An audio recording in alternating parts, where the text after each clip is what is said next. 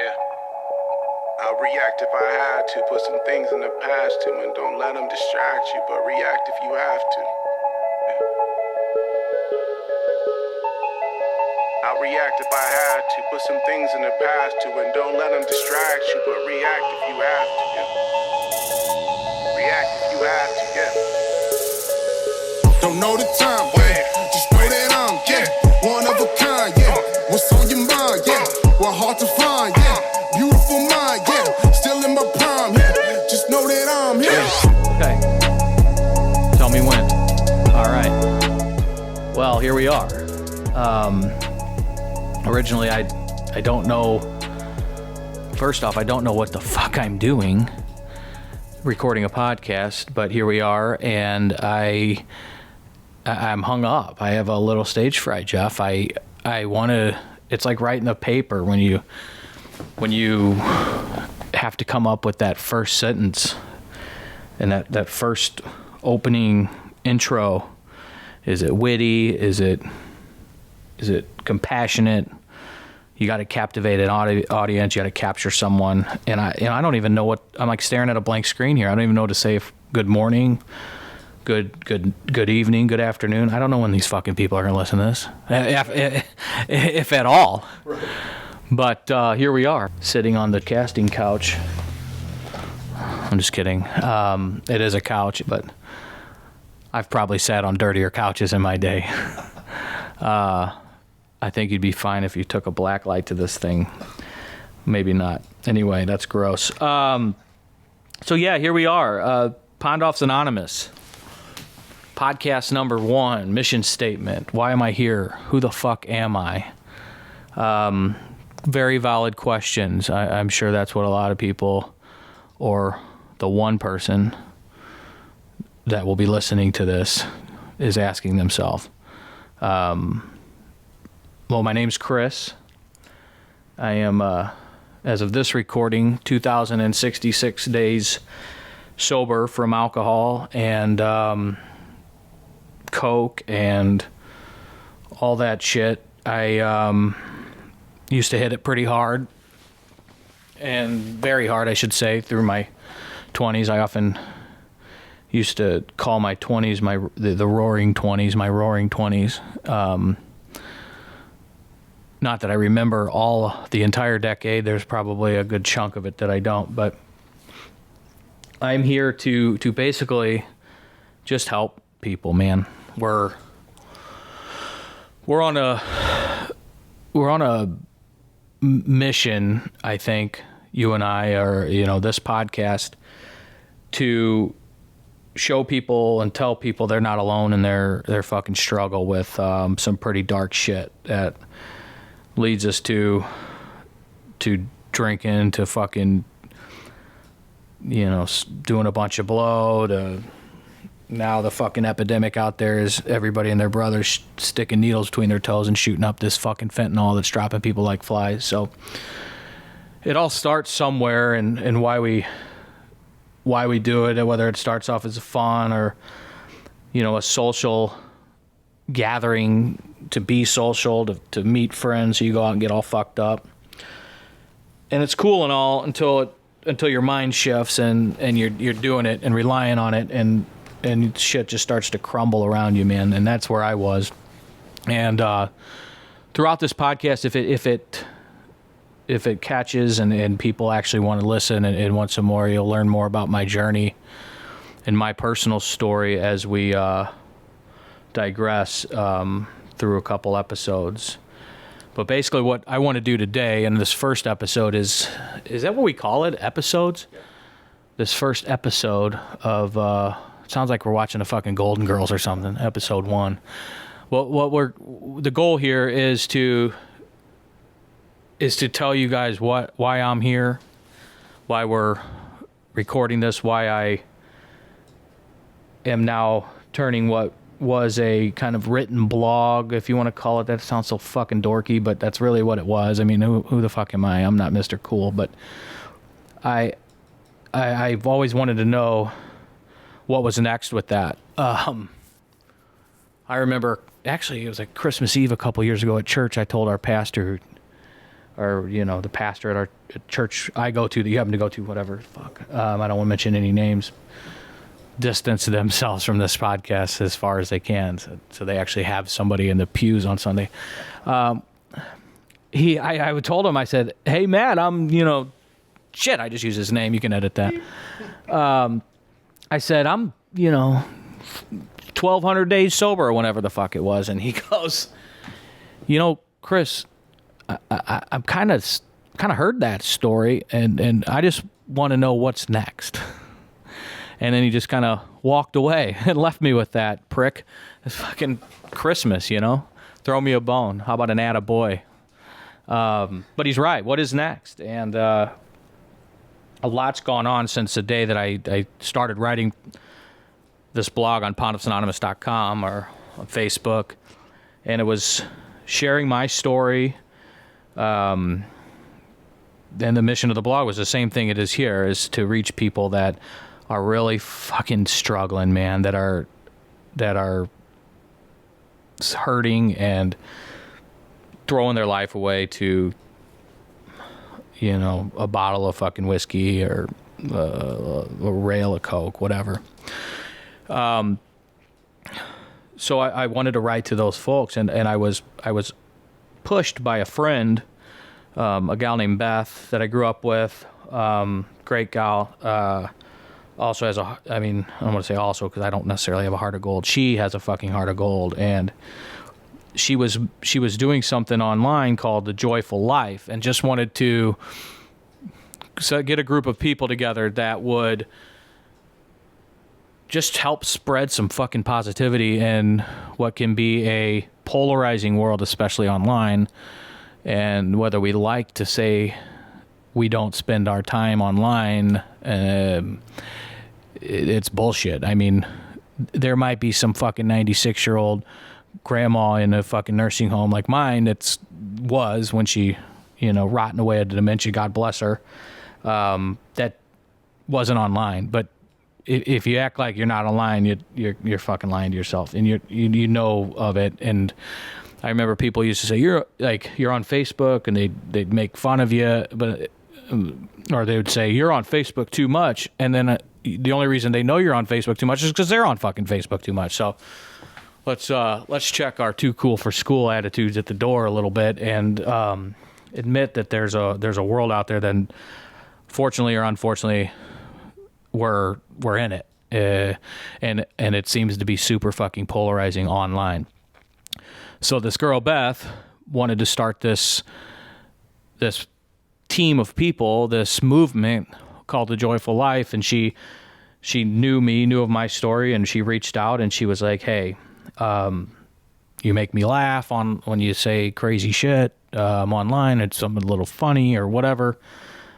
What would you think about joining my team and help spreading and some news of joy and like people being positive and kind to one another, shit like that?" So I started writing really for her, and that's kind of how Pontiffs Anonymous started. And I think if I look back, it started the summer of 2016. So I got sober. I checked into rehab in March 25th of 2014. And for those of you that are sober and have lived in a life of recovery, you know how important the day is that you stop doing whatever the fuck it was that you were doing that was dragging you to rock bottom. So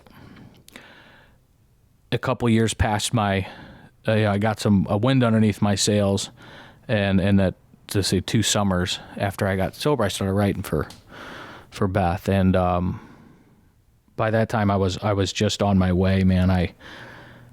I was up, my life was onward and upward, up and to the right, some people will say, and happiness was creeping back in my life. I was beating some tragic shit that happened to me that really was the final straw that broke this camel's back, that led me down a real dark path from about May of 2012 to March of 2014. So I hope I'm not confusing too many people out there with the dates, but I sobered up March 2014. By, I think, July of 2016, I was writing for Beth. And then it turned into where I would just write.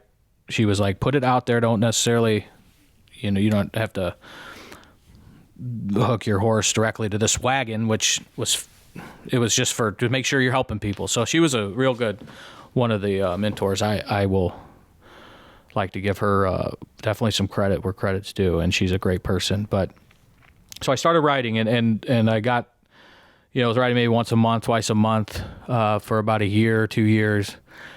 And then my wife and my now wife and I decided to, it's all her, she's the fucking angel, but become foster parents. And we got our first placement in the spring of 2017. So I was, fostering this young man, little boy, and that's life-changing in its own right. But as I was doing that, my time started shrinking. Writing for me was something I would do. My sweet spot for writing was probably like 10 p.m. to 4 a.m. And with a, at the time, 3.5-year-old, a not single anymore, and a full-time job, those hours sober are not easy to come by. If you know what I mean. I actually enjoy to sleep now that I don't fucking drink and do mounds of coke. Not so much in my past. Sleep was a little overrated. One of my a guy who's now sober, God bless him, used to tell me when the sun started coming up after on the middle, day 2 of our 3-day binge, and he'd start like wondering when you're gonna fucking sleep, and he'd say you'd sleep when you're dead, and that's bullshit. Now I don't know if it's A, maybe my old age, or B, my sobriety, or C, a little bit of both. I fucking love to sleep. I can get a good night's sleep. I can go to bed at 8:30 on Friday nights now. So it's a different world, but regardless, to write and be creative and all that shit, I 10 to 4 was when I would sit up and write a 2,000-word blog, and I just don't have that time like I used to. So I wanted to transform that mission into something else, so I started going to the tavern I grew up at over in Belleville and hanging out there on Monday nights. I did that for about a year during Monday Night Football, and just letting people know if they needed help, I'm up here. You can bounce some shit off me. I'm no fucking expert. I'm not the drunk whisperer. Maybe not. Maybe I am. I don't know. I kind of like that, drunk whisperer. There you go. Man. Regardless, I'd sit at the tavern, I'd drink my club soda, and if people needed help, and I need to put this out there too, I'm not on a crusade against alcohol. It can really fuck people's lives up. It really can.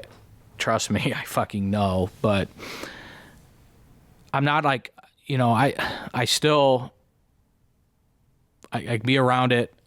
I like to go to bars. That's what I grew up doing. I grew up in taverns and Knights of Columbuses and Elks Lodges and you name it. So I'm not on a crusade against alcohol. I'm on a crusade against alcoholism, and maybe on a crusade again on helping people get the fuck up from rock bottom. I think that's what my mission is. So I would sit at the bar, and if people were getting close or at rock bottom, they knew where I was. And it was fun, Jeff. We had fun. I would go up there on Monday nights, watch a little football, lose a little money, degenerate fucking gambler. So you don't have to quit that too. I'm working on it. Trust me. Did my wife call you before we did this? Point is, I would sit up there, people would come up, and we'd watch some football, and after a little bit, the real conversation started happening. So I would say it was a success. And towards the end of it, if people couldn't get away every Monday night, or even if they were kind of afraid to, it ties back into that online shit, to come up and sit with me, I ended up spending the rest of, towards the second half of that year of going up to the bar. I would sit at the bar on my phone, and I wasn't texting. I was private messaging. People would reach out to me on Anonymous Anonymous on an anonymous level. I know, they share their story, that completely confidential on all that. Hence the fucking name. But that's what it turned into. So people would reach out with their issues, and it's, I could see in each conversation I've had with folks through my sobriety journey, it has, the first light that goes off in people's eyes, or goes on in people's eyes, I should say, is that they're not fucking alone, man. And that is so fucking powerful. It really is. And that's, I think, the start. So that's why also that's why I've been so vulnerable and open. And I mean, it's pretty exposing of my past and the way that I lived. And it's just, by doing that, people have really recognized it, that they're not alone. And loneliness will fucking kill you. It kills people. I think if there was a way you could quantify it, I would wonder, they always have the stats of traffic deaths and fucking ODs and all this shit that kills people. I wish I could quantify it. I would bet money, even though I know I just said I lose a lot being a degenerate gambler, but I would call my fucking bookie right now and say that loneliness kills more motherfuckers than all of that shit. Because it's probably the root cause. And a lot of time, most of the times, 9 times out of 10, if not even way higher percentages, it's a fucking facade. It's the enemy fucking winning. I need to, as I'm going through this opening podcast episode, or whatever you told me to call it, explain that my way to sobriety, my saving fucking grace was in fact God's grace. For me, it was faith, and for me it was Jesus, and for me it was a community of fucking people. That was really what church is all about. But I'm not going to, on this podcast, beat people over with Genesis or fucking Deuteronomy, whatever the fuck that chapter's called. Luke this, Timothy that. I'm not going to do that. There's some great fucking wisdom in that book. A lot of that, I mean, that wisdom has saved my life. A lot of it's nuts sometimes when certain things hit you from that book. But I'm not here to stand at a pulpit and beat the fuck out of anybody over the head with the Bible. I'm not trust me. What I will tell you is that shit saved my life. This God shit is fucking real, and it saved my fucking life, and I know a countless amount of other people that it did too. And the unfortunate thing about following Jesus is it comes with preconceived judgments and stereotypes, that you're automatically a khaki pant, Bible belt wearing, judging asshole because you're a Christian. That's also fucking a facade. And the church I go to in St. Louis, for some reason, lets me the fuck in. So they'll let me in, they'll let your ass in. They'll let anybody that is listening in. And tying it into loneliness and being at rock bottom, why the fuck would you not want to try out a church, try out somewhere where there's a community that, if you find the right one, by default are going to like you. They're all there to care about people and like people and might be able to help you out. But I also know people out there have been so fucked over by the church and by hypocritical assholes at church, and you and I both know that. So not to get off on a tangent, but the point is God's grace saved my fucking life. And what I'll explain that there wasn't one big event that I woke up and said, I'm going to stop drinking, I'm going to check into rehab. In fact, I quit fucking living. After my old man died, I mentioned a tragic event, and I'll elaborate more on that as we go on with this. When he died, I died. There's no fucking question. And everybody's lost people. We all have lost people. I don't know if we've all lost a number one, and for those of people that have, they can empathize maybe with us. That motherfucker was my number one. I revolved around him. All of my eggs were in his fucking basket. We were best friends more than we were father, son. This is all to my mother's dismay, but she already knows she's not listening to this fucking thing. She would have been the one person that, would be your biggest fan. They say your mom, she'll be your fan. So I could probably, this podcast will probably have 0 listeners, but my mom would listen if I let her. She'd be my one listener, but I can't let her listen to this shit. She washed your mouth out. So. Oh my God. So to her dismay, because she used to constantly battle this, is me and my old man were best friends. I fucking worked for him. I lived with him during some hard times in their marriage. I would go through the gates of fucking hell with him. So when he died, the sun went out in my world, and then an already drunk fucking half a cokehead turned into that to the nth degree for the next 22 months until I checked into rehab. So between the time he died and between the time I checked into rehab, there was no one aha moment that like a movie you'd see in a movie. There was some big events that all strung together. For instance, my baby sister, who now also is fatherless, who has an older brother that's a fucking piece of shit, fucking drunk, said to me that she needed me to walk her down the aisle one day, and she was afraid I wasn't going to make it to that, whenever that may be. And that was 5.5, 6 years ago. So things like that added up. Yeah, but there wasn't the one big fucking climax movie moment that got me sober. I don't know how it happened, but I showed up to rehab. I had enough. I checked into rehab, and they fucking strip search you. You got some guy named fucking Ralph, a recovering junkie, fucking telling me to lift my balls to make sure I don't have any fucking coke or syringes, shoved up my ass to sneak in this fucking place. So you talk about really breaking down barriers, man. Like they break you down, but so I get in there, they give me this hospital scrubs, and when I checked into rehab, a guy called me the other day, portly. I was a little husky, so these fucking hospital scrubs barely fit. And I'm sitting in this room, they take all your shit, they wash, you check in with a bag, they wash all your stuff, they go through everything. So there's about 2 hours in your room by yourself before they bring you your stuff back. And I remember that night,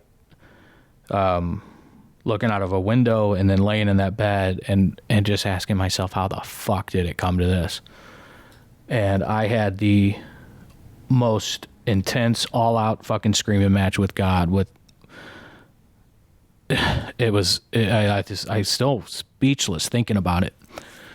I was screaming, yelling a fucking fight with God that I say I lost, obviously, but maybe I won in the long run, because I finally, like a fucking 7-year-old scared little fuck, I cried myself to sleep and woke up to a nurse waking me up at like 6:37 in the morning, waking me up for breakfast. And I got up and I had the most fucking amazing sense of peace in my life that I knew there was no going back. And I wasn't going to do this rehab thing again, for the very least part that Ralph didn't grab my fucking ball sack again, strip searching me, whatever the fuck his name was. So I tell that story because for me, it was the light that went on, and I knew that I had a way to stay sober, and it was just fucking Christ, man. It was Jesus. And I knew I of a church to go to when I got out of rehab. The church we go to now, I knew the pastor, the lead pastor. He had kind of talked to me about this shit prior, called me out for some things which needed to be called out on, was there for me, as much as I'd let him be. So I would say there for me from a distance, but not at his choice, my choice when my old man died, because I was, pissed off at God, obviously, and you go through those motions. But I knew he had a place. I knew I had an empty, a reserved spot in one of the pews or chairs as we have. So after I got out of rehab, man, I haven't missed many Sundays, and I've met some incredible people at this place. I guess I should start with my wife, right? Yes. Because I married up. I appreciate that. I married up, outkicked upon coverage, all those sayings. She's a fucking saint, man. And she's the first girl. Well, let's put it this way. Before I got sober, I was engaged to a stripper, all right? And to make matters even worse, I proposed to her on a Sunday to piss my mom off. We were fighting. I didn't mean to give my fucking old man a heart attack, but that's for another story. My mom was bedridden for like a week after that. After that, she didn't go to the first year and only year she's missed Easter service.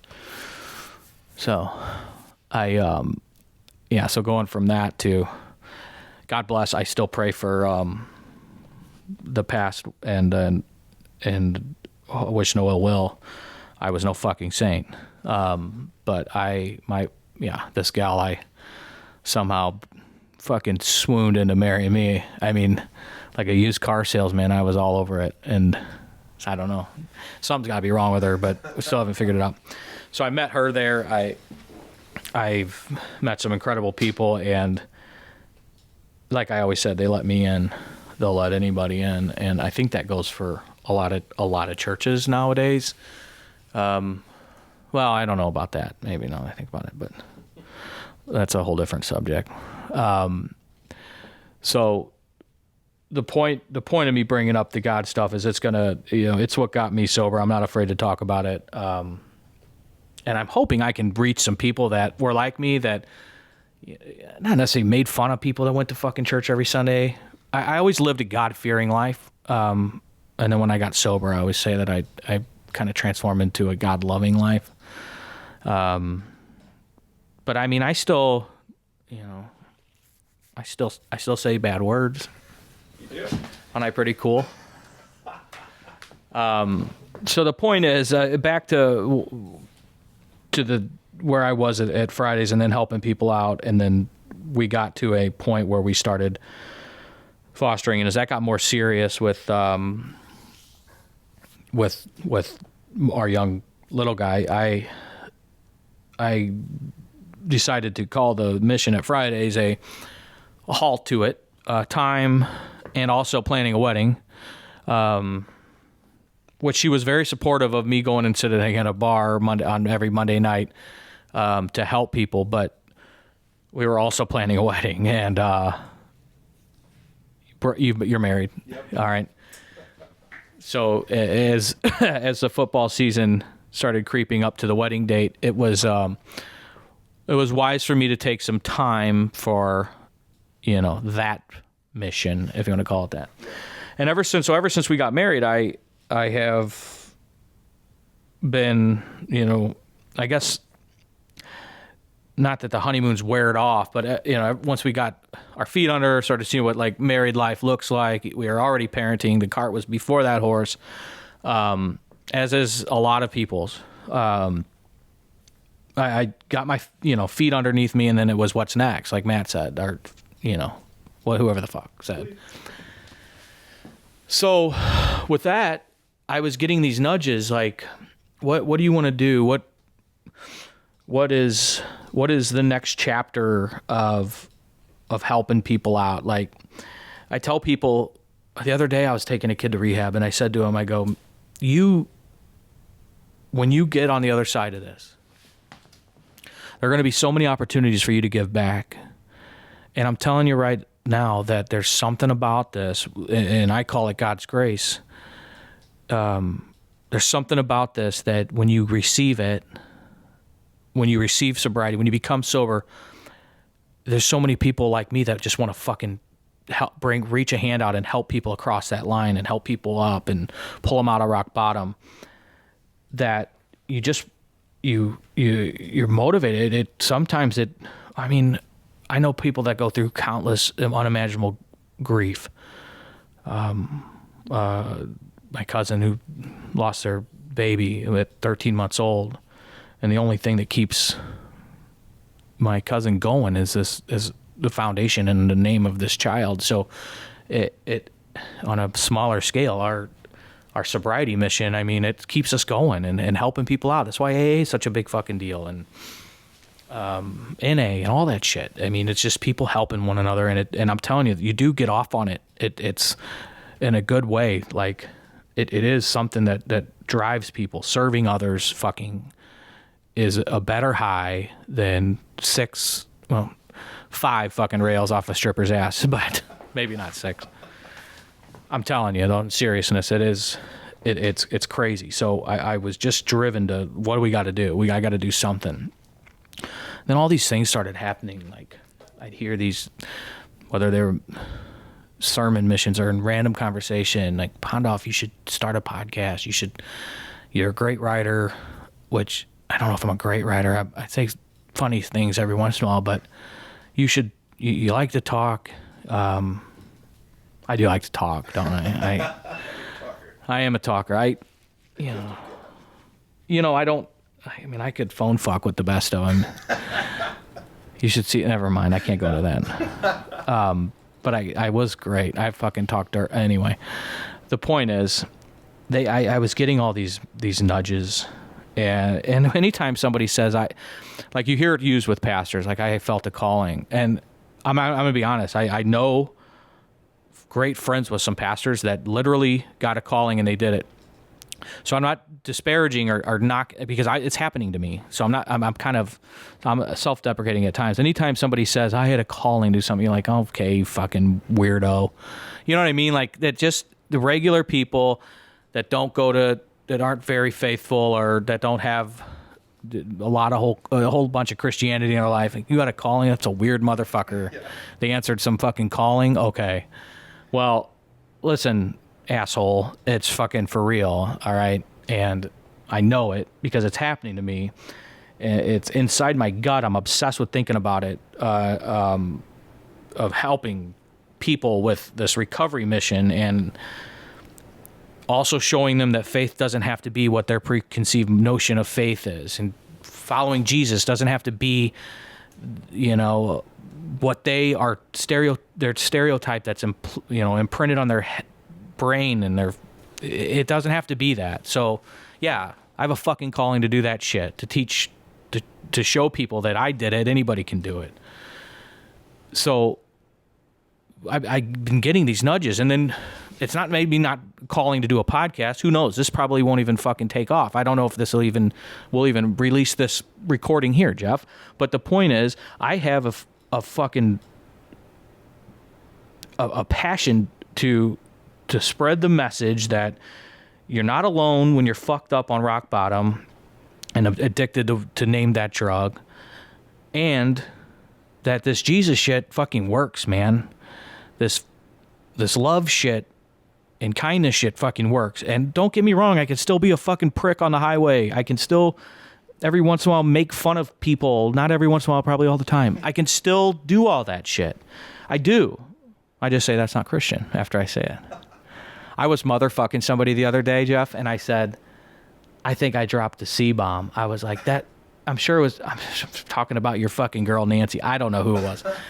I dropped a C-bomb, and Ashley looked at me like I go, hey, that wasn't Christian. And she says, that doesn't mean, I go, bullshit. That is what it fucking means. It does cancel it out. I said, that wasn't Christian. So that's my sorry. And then God absolves me. And that's how it fucking works. Okay? Just let me sit in that for a little bit. The Christianese is repentance. Ha! Exactly. And I repent fucking every other sentence. So I want to show people that, man. It's Jesus and it's not what you think it is. I promise. And I think a lot of things in life are like that. You have this, oh, I'm not going to be friends with those people over there because they're probably XYZ stereotype. And then you become friends. It's just fucked up. This Jesus shit is not what you think it is. It's not the stereotype that is almost even out in the mainstream anymore. It's not. And I can show you. I could, if anybody wants to call me on it, I'll fucking show you. DM me. I'll save you a seat on Sunday. I'll introduce you to some pretty cool fucking people that live life like sinners, that like normal people, and actually care for others. One time at church, we did this thing where they handed out these domino cards. You remember that? Yep. And it said, I'm not going to name the church on the podcast, but it said, what has blank church done for you? And this was like 6 months into my sobriety, and all I wrote was, I stopped being mean to others. I probably should have said I've stopped being as mean to others, because I wasn't as refined as I probably would have liked to be. But I mean, I'm not as big of a fucking asshole anymore. I'm not, and it's being a fucking asshole is a burden. It's carrying a fucking burden, man. So to the calling stuff, I don't know if this is a calling. It's a podcast. It's going to be unsuccessful, so I don't know if it's going to be a podcast. If this is a calling, but helping other people is, and all these, the nudges I've gotten are from a ton of different people that say you should do a podcast.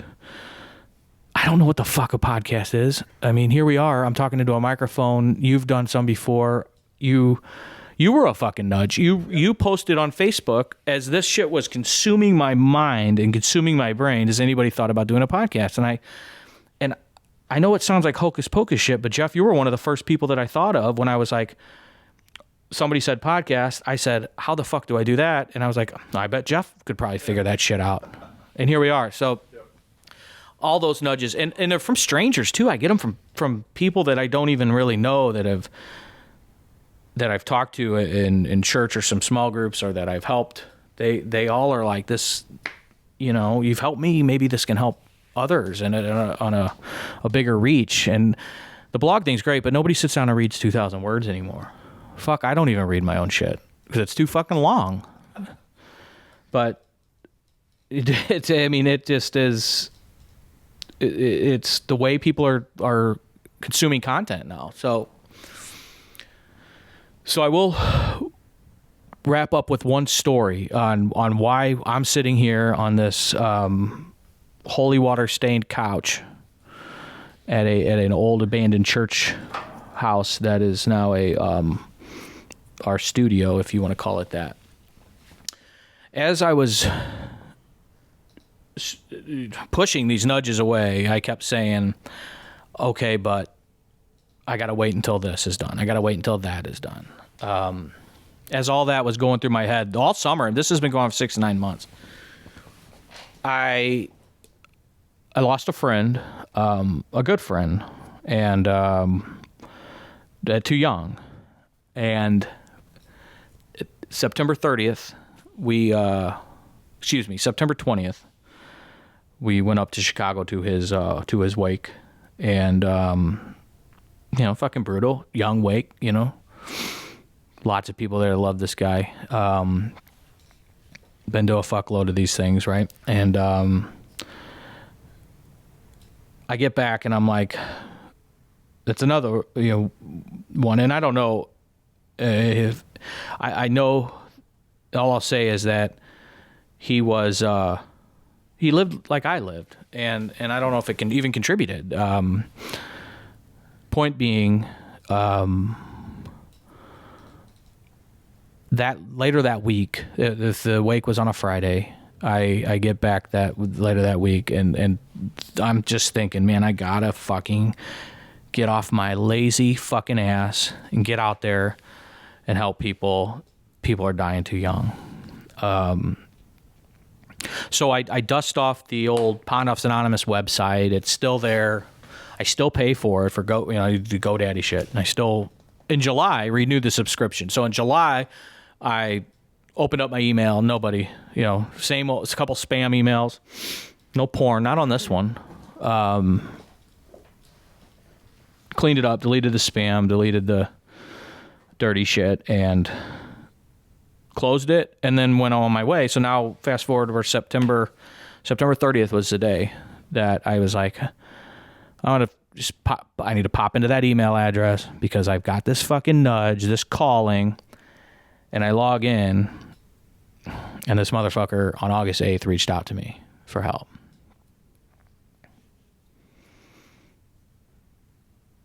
I fucked up, man.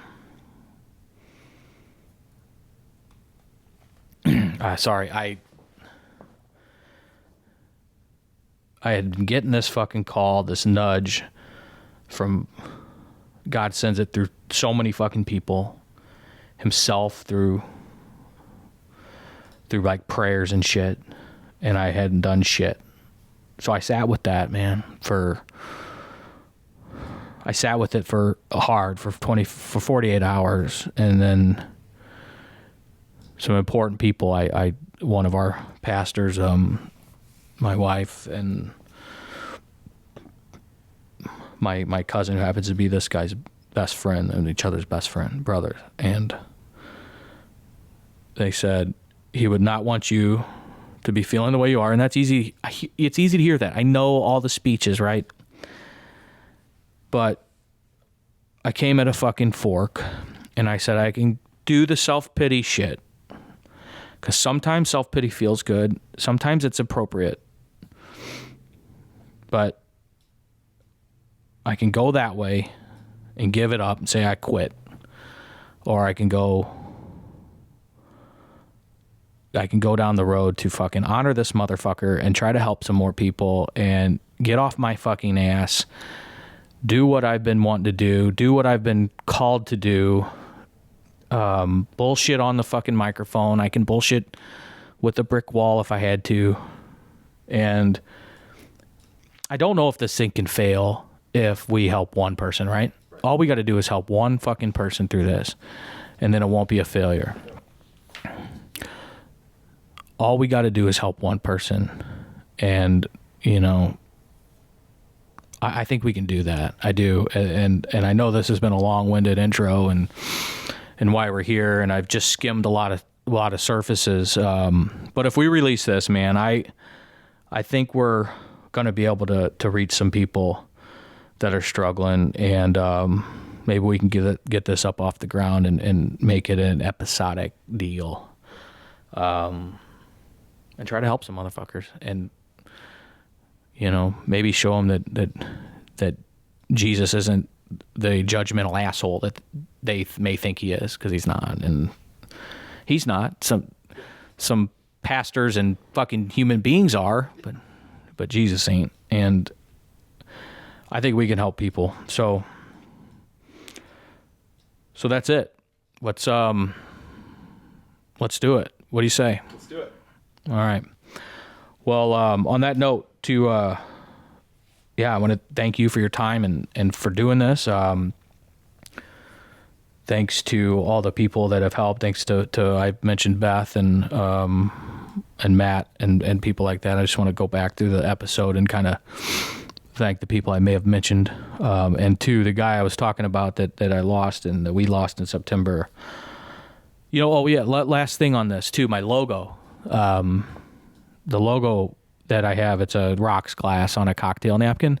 My old man always said he did 80% of his business on a fucking cocktail napkin, which is probably an understatement, but so and that's how I drank out of a rocks glass whiskey, maybe splash of soda or not club soda or water on the rocks. So that's my logo. Well, this guy that passed away, as like a good job, attaboy, way to get fucking sober.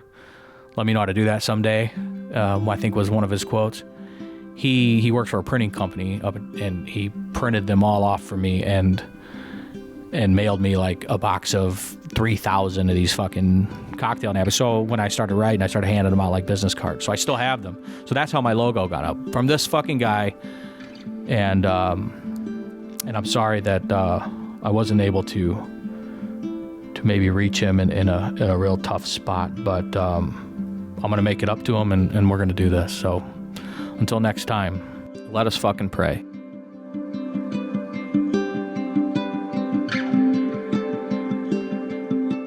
Pondoff's Anonymous is Chris Pondoff and produced by me, Jeff Allen. Our music is Anti-Hero by McCall and Gentle Waters by Wild Wonder. For more information, visit pondoffsanonymous.com. Find us on Facebook and Instagram.